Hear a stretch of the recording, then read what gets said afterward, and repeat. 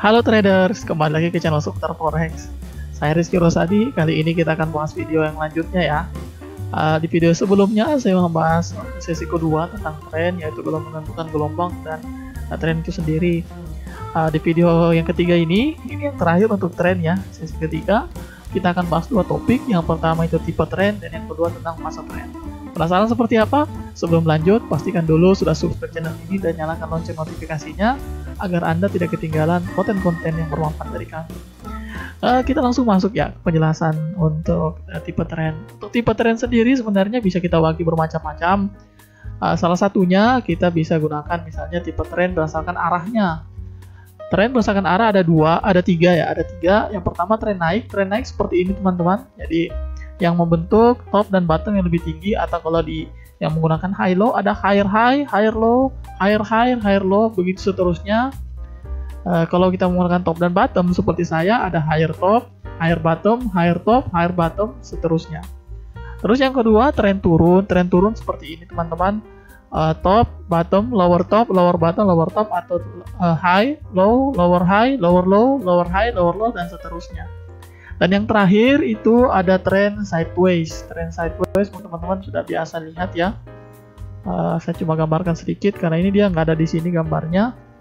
Misalnya ini harga di sini ya, teman-teman. Harganya misalnya naik dari bawah sini. Kita coba dari sini ini. Coba misalnya harga naik dari sini ya teman-teman. Ini trennya bisa naik ya, naik. Terus ini dia coba. Nah, setelah masuki area ini, harga misalnya dia sideways, harga bermain di satu range harga tertentu. Jadi tidak naik, tidak turun juga nih teman-teman. Lihat dia mencoba break tapi nggak jadi ya, coba tertahan di sini. Coba ini dia mau coba break bottom juga nggak sampai break. Mau coba break top juga nggak sampai break. Nih bisa juga nih kayak seperti ini.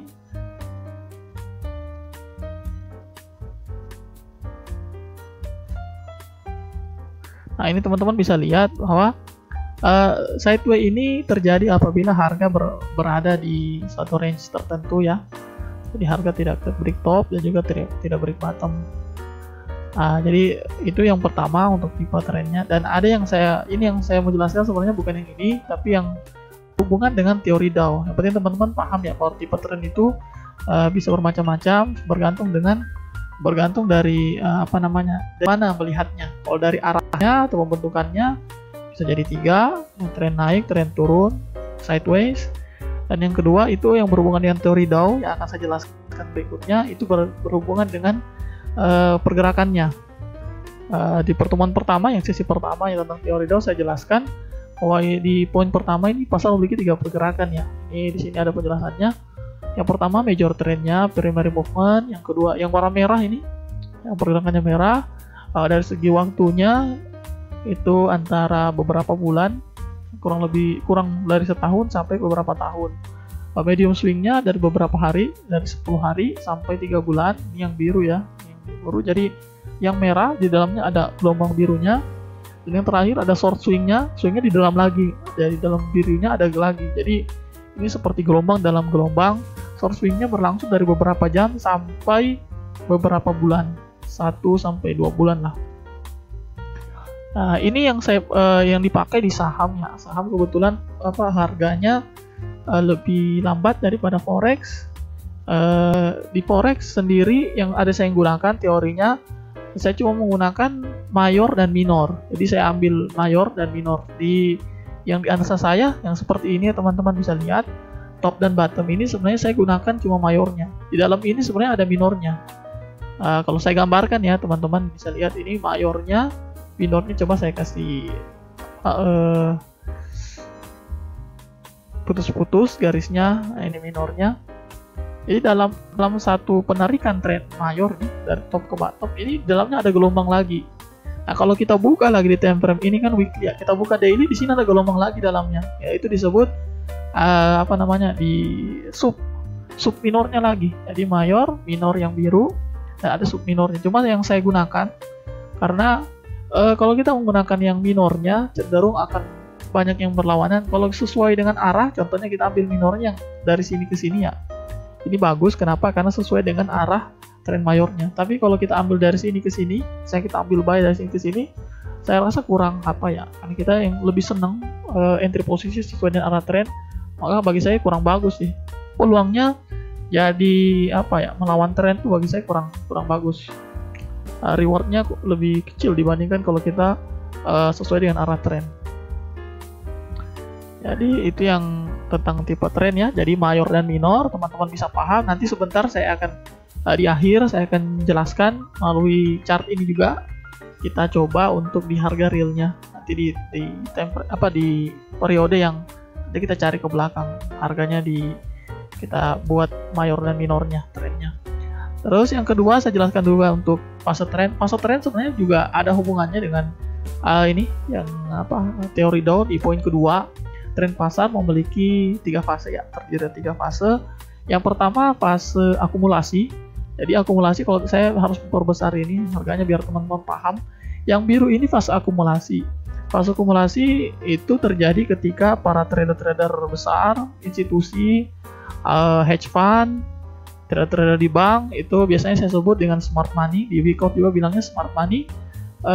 Mereka mengumpulkan posisi. Jadi ketika harga turun, mereka mengumpulkan posisi dan sampai ketika harga akan break top yang terakhir atau minimal membentuk gelombang naiknya. Nah, ini biasanya sebelum harga break top yang ini yang terakhir, biasanya harga akan sideways dulu. Kenapa sideways? Karena ada tekanan seller yang dilawan oleh tekanan buyer. Jadi mereka membuat posisi buy di sini, di area akumulasi.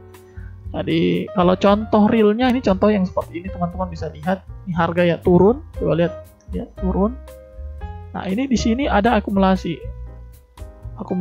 dari para trader yang saya bilang smart money di sini. Coba lihat teman-teman, di atas ini harganya turun ya, dari atas turun. Terus di bawah sudah mulai sideways. Nah disinilah proses akumulasi. Proses akumulasi di mana mereka membuka posisi buy dan akhirnya harga makin lama membentuk higher high dan higher low atau higher top dan higher bottom. Nah setelah fase pertama sudah dilewati, setelah ini dilewati, nanti dari higher bottom ke selanjutnya itu disebut fase adopsi, atau kalau di teori Wyckoff sebutnya fase markup. Harga harga naik dengan kencang. Kalau di fase adopsi ini penjelasannya bahwa para trader selain para smart money, contohnya kayak trader trend following, seperti saya juga, saya masuknya di fase ini markup.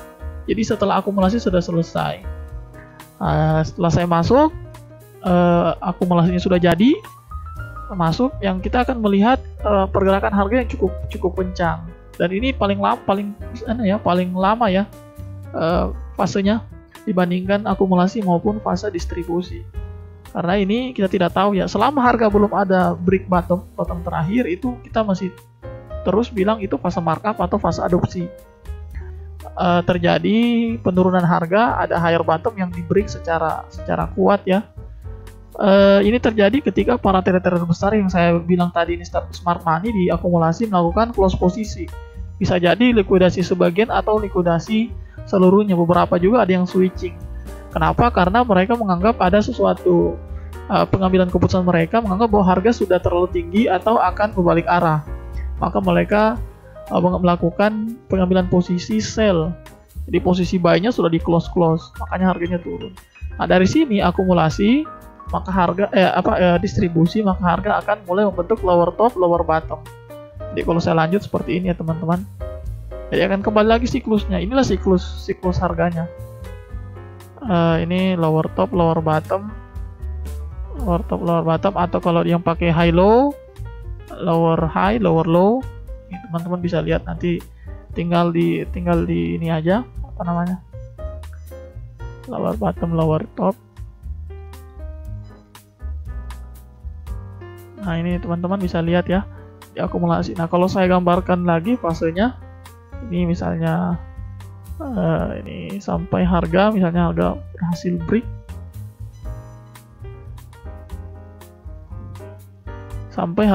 break, ya teman-teman. Ini top terakhir ya. Jadi fasenya seperti ini. dimulai dengan fase akumulasi, kemudian dimulai fase adopsi. Para trader yang seperti kita, retail dan trader yang trend following sudah mulai masuk entry posisi, maka harga mulai bergerak kencang naik. Terus yang terakhir fase distribusi, di mana para posisi yang di sini dan sebagian trader yang di sini sudah meng-close posisinya. Untuk penggunaan teori ini saya sarankan di time frame daily ke atas, karena di time frame kecil fasenya ini cukup cepat ya teman-teman. Kalau teman-teman lihat misalnya di H1 atau M15, fasenya ini cepat. Kadang dalam waktu 4 jam atau 5 jam itu sudah balik arah lagi. Kalau di M15, kalau H1 bisa seharian sih, seharian atau beberapa hari.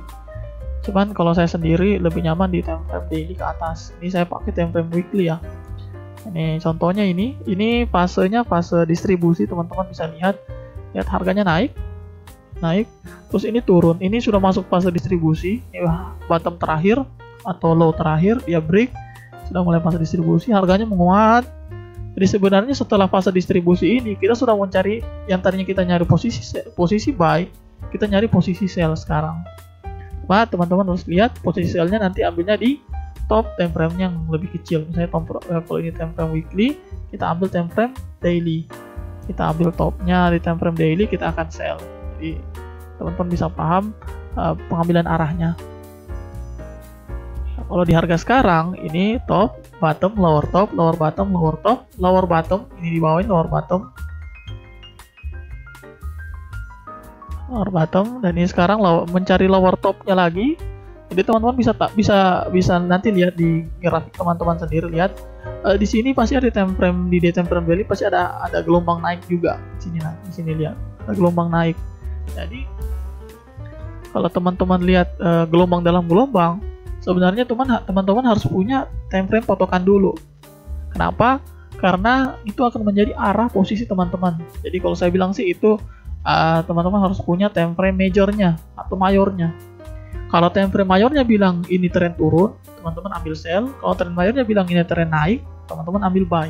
Kalau sideway, tergantung teman-teman apakah di dalam keadaan sideway ambil posisi atau tidak. Kalau saya pribadi, saya ngambil posisi. Kecuali sudah break top atau break bottom, saya akan ambil posisi sesuai dengan tren yang lebih kuat. Seperti apa? Cukup sekian pembahasan kita kali ini. Jika Anda menyukai video pembelajaran trading ini atau memiliki pertanyaan, silakan like, share, dan tinggalkan komentar di bawah. Untuk mendapatkan lebih banyak konten analisa dan belajar trading, jangan lupa subscribe channel ini dan nyalakan lonceng notifikasinya. Sampai jumpa di episode selanjutnya. Salam profit.